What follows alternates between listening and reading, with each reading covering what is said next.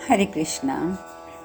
संजय जी आगे कहते हैं, सूत पुत्र के द्वारा मर्म स्थानों में विदीर्ण होकर अत्यंत व्यथित हुए घटोत्कच ने दिव्य सहस्त्रार चक्र हाथ में ले लिया। उस चक्र के किनारे किनारे छुरे लगे हुए थे। मणि एवं रत्नों से विभूषित हुआ वह चक्र प्रातःकालीन सूर्य के समान प्रतीत होता था।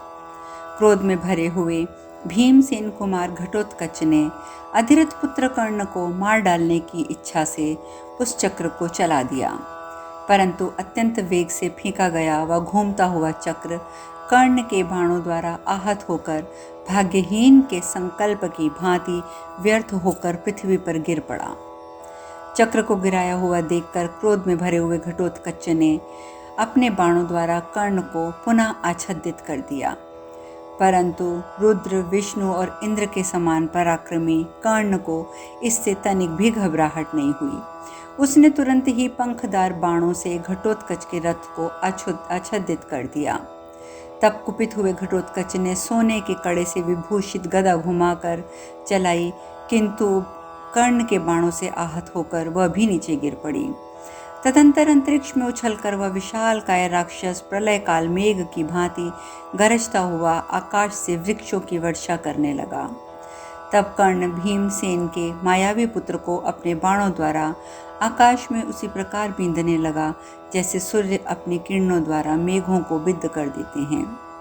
उसके सारे घोड़ों को मारकर रथ के सैकड़ों टुकड़े करके कर्ण ने वर्षा करने वाले मेघ की भांति बाणों की वृष्टि आरंभ कर दी। घटोत्कच के शरीर में 2 उंगल भी ऐसा स्थान नहीं बचा था जो बाणों से विदीर्ण न हो गया हो। वह 2 घड़ी तक कांटों से युक्त साही के समान दिखाई देने लगा। सम्रांगण में बाणों के समूह से घिरे हुए घटोत्कच को, उसके घोड़ों को, रथ को, ध्वजा को कोई नहीं देख पाते थे।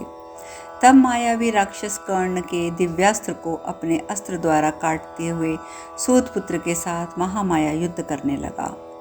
उस समय माया और शीघ्रकारिता के द्वारा कर्ण को लड़ा रहा था।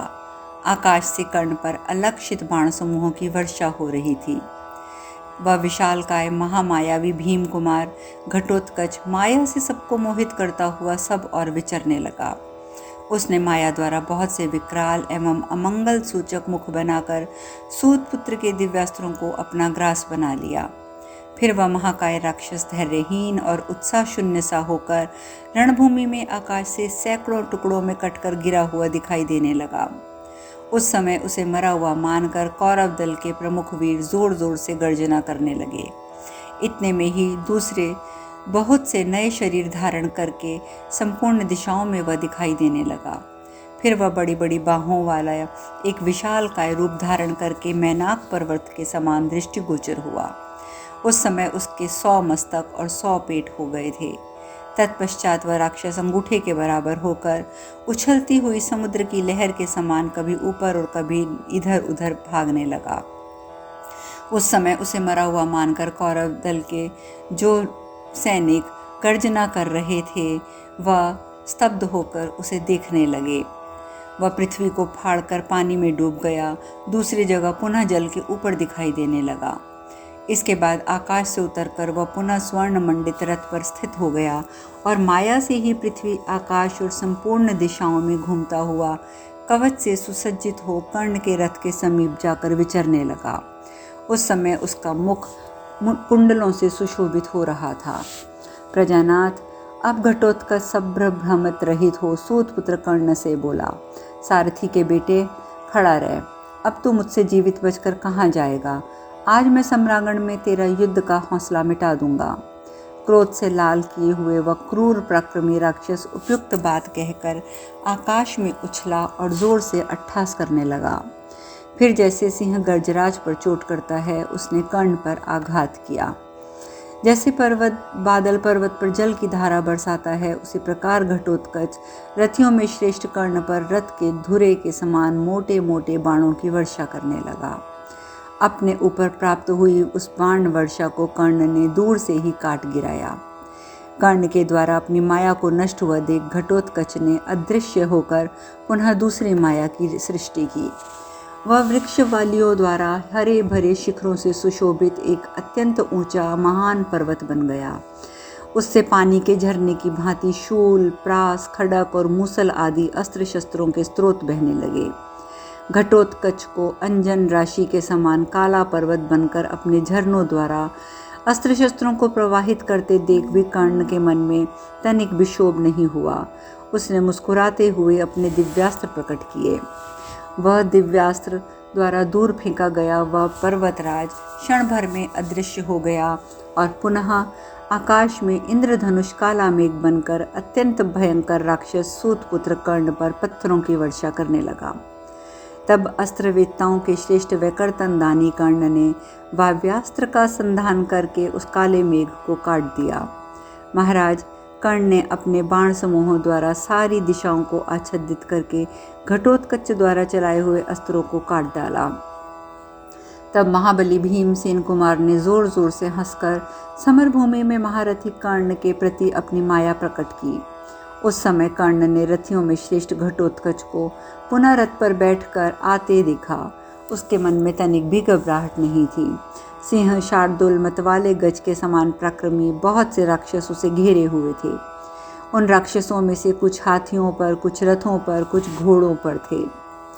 देवताओं से घिरे हुए इंद्र के समान क्रूर राक्षसों से आवृत घटोत्कच को सामने देखकर कर्ण ने उस निशाचर के साथ युद्ध आरंभ किया। तदंतर घटोत्कच ने कर्ण को अपने बाणों से घायल करते हुए, राजाओं को भयभीत करते हुए वहां भयंकर गर्जना की। तत्पश्चात अंजलिक नामक बाण मारकर घटोत्कच ने कर्ण के हाथ में स्थित हुए विशाल धनुष को बाण समूहों सहित काट डाला। तब कर्ण ने भार सहन करने में समर्थ दूसरे विशाल, सुदृढ़ और इंद्रधनुष के समान ऊंचा धनुष हाथ में लेकर उसे बलपूर्वक खींचा। तदंतर कर्ण ने उस आकाशचरी राक्षस को लक्ष्य करके सोने के पंख वाले बहुत से शत्रुनाशक बाण चलाए। उन बाणों से पीड़ित हुआ चौड़ी छाती वाले राक्षसों का वह समूह सिंह के सताए हुए जंगली हाथी के झुंडों की भांति व्याकुल हो उठा। जैसे प्रलय काल में भगवान अग्निदेव संपूर्ण भूतों को भस्म कर डालते हैं, उसी प्रकार शक्तिशाली कर्ण ने अपने बाणों द्वारा घोड़े, सारथी और हाथियों सहित उन राक्षसों को संतप्त करके जला डाला। जैसे पूर्व काल में भगवान महेश्वर आकाश में त्रिपुरसुर का दाह करके सुशोभित हुए थे, उसी प्रकार उस राक्षस सेना का संहार करके सूत नंदन कर्ण बड़ी शोभा पाने लगा। माननीय नरेश, पांडव पक्ष के सहस्त्रों राजाओं से कोई भी भूपाल उस समय कर्ण की ओर आंख उठाकर नहीं देख सकता था। राजन, क्रोध में भरे हुए यमराज के समान भयंकर बल पराक्रम से संपन्न महाबली राक्षस घटोत्कच को छोड़कर दूसरा कोई कर्ण का सामना नहीं कर सका। जैसे मशालों से जलती हुई तेल की बूंदें गिरती हैं, उसी प्रकार क्रुद्ध हुए घटोत्कच के नेत्रों से आग की चिंगारियां छूटने लगीं।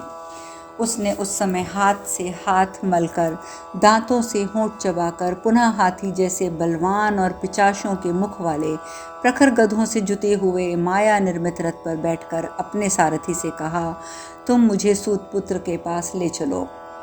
प्रजानाथ, ऐसा कहकर रथियों में श्रेष्ठ घटोत्कच पुनः उस भयंकर रथ के द्वारा सूतपुत्र कर्ण के साथ द्वैरथ युद्ध करने चल पड़ा। उस राक्षस ने कुपित होकर सूतपुत्र कर्ण पर 8 चक्रों से युक्त एक अत्यंत भयंकर रुद्र निर्मित अश्नि चलाई, जिसकी ऊंचाई 2 योजन और लंबाई 1-1 योजन की थी। लोहे की बनी हुई उस शक्ति में शूल चुभने हुए थे। इससे केसरों के युक्त कदम पुष्पों के समान जान पड़ती थी। कर्ण ने अपने विशाल धनुष को नीचे रख दिया और उछलकर उस अश्नि को हाथ में पकड़ लिया और फिर उसने घटोत्कच पर उसे चला दिया। घटोत्कच शीघ्र ही रथ से कूद पड़ा। वह अतिशय अप्रभावपूर्ण अश्नि घोड़े, सारथी और ध्वज सहित घटोत्कच के रथ को भस्म करके धरती फाड़कर समा गई। यह देखकर वहां खड़े सभी देवता तक आश्चर्यचकित हो उठे। उस समय वहां संपूर्ण प्राणी कर्ण की प्रशंसा करने लगे, क्योंकि उसने महादेव जी की बनाई हुई उस विशाल अश्नि को अनायास ही उछलकर पकड़ लिया था। रणभूमि में ऐसा पराक्रम करके कर्ण पुनः अपने रथ पर जा बैठा। शत्रुओं को संताप देने वाले नरेश फिर सूतपुत्र कर्ण नाराजों की वर्षा करने लगा। दूसरों को सम्मान देने वाले महाराज, उस समय भयंकर संग्राम में कर्ण ने उस समय जो कार्य किया उसे संपूर्ण प्राणियों में कोई दूसरा नहीं कर सकता था। जैसे पर्वत पर जल की धाराएं गिरती हैं, उसी प्रकार नाराजों के प्रहार से आहत हुआ घटोत्कच गंधर्व नगर के समान पुनः अदृश्य हो गया।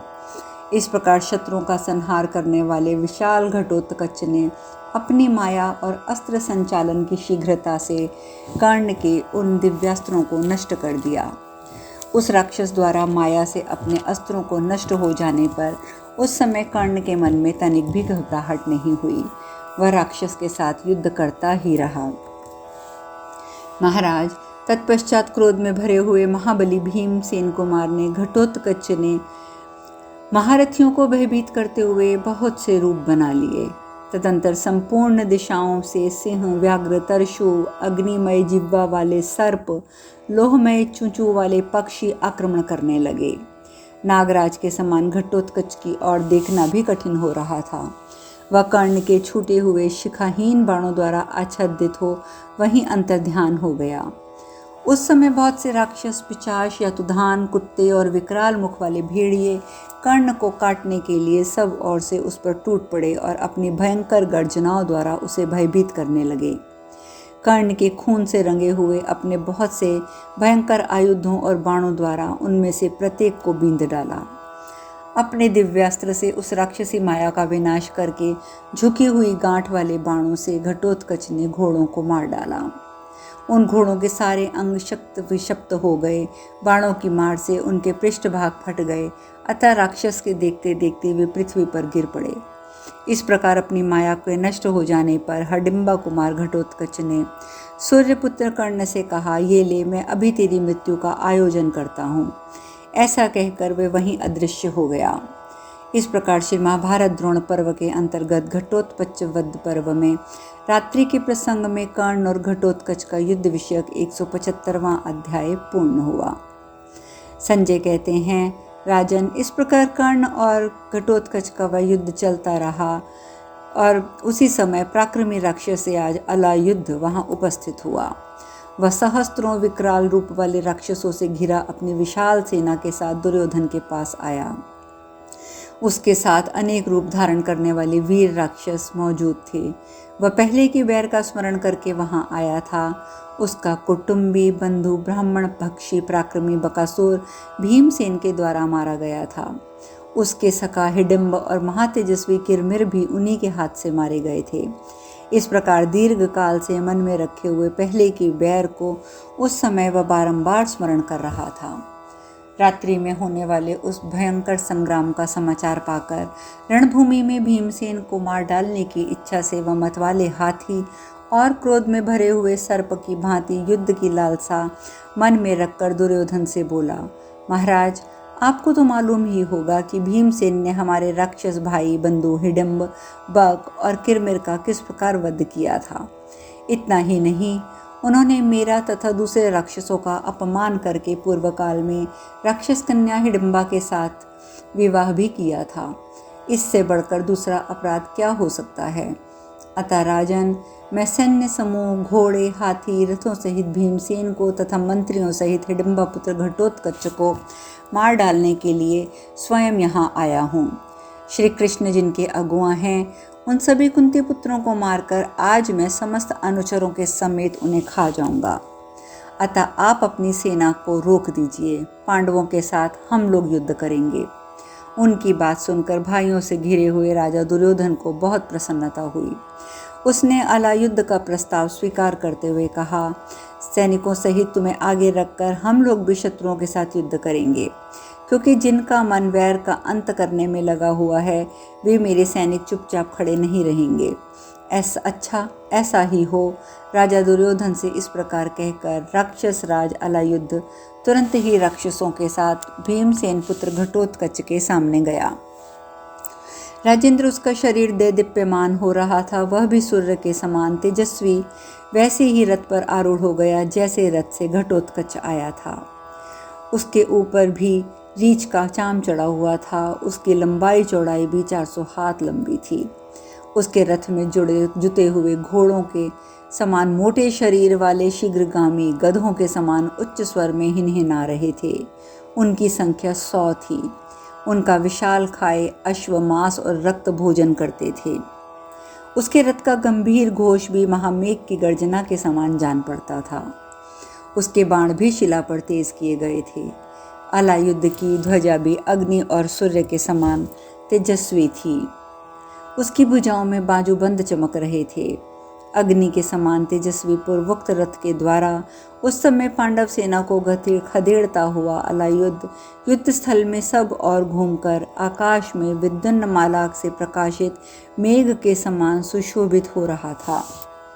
राजन, तब पांडव पक्ष के सर्वश्रेष्ठ महाबली वीर योद्धा नरेश भी कवच और ढाल से सुसज्जित हो हर्ष और उत्साह से भरकर सब और राक्षसों के साथ युद्ध करने लगे।